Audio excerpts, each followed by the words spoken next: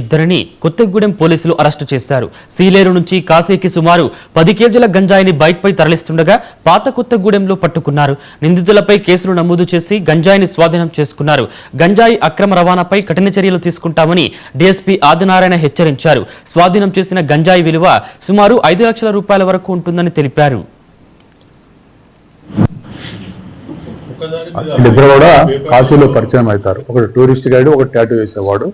వీళ్ళు 18/3/26 నాడు వాళ్ళిద్దరు కాశీ నుంచి బయలుదేరి సీలేరుకి వెళ్ళి అక్కడ నుంచి గంజాయి కొనుక్కొని 21/3/26 నాడు బయలుదేరి వాళ్ళు ఈ రోజు నిన్న సాయంత్రము మన దగ్గరకు వస్తుండగా సిఐ గారికి ఇన్ఫర్మేషన్ పైన వీళ్ళిద్దరిని పట్టుకొని చెక్ చేయడం జరిగింది. వీళ్ళ దగ్గర 5 గంజాయి ప్యాకెట్లు 20 ఉన్నాయి. మొత్తం దీని వాల్యూ 9,980 కేజీలు. దాని వాల్యూ 4,99,000 రూపాయల గంజాయి వాల్యూ ఉంటుంది. అందాజా 9 కిలోల ఎబో ఉన్నది. ఇది Bajaj Pulsar bike TS 05A7085 దానిపై నుంచి తీసుకురావడం జరుగుతుంది. అదేవిధంగా గంజాయి కొత్తగూడెం సరిహద్దు ప్రాంతాల్లోనూ, అనేక బస్తీళ్లలోనూ, అనేక చోట్ల కొన్ని ప్రాంతాలలో బాగా గంజాయి తాగుతున్నారు.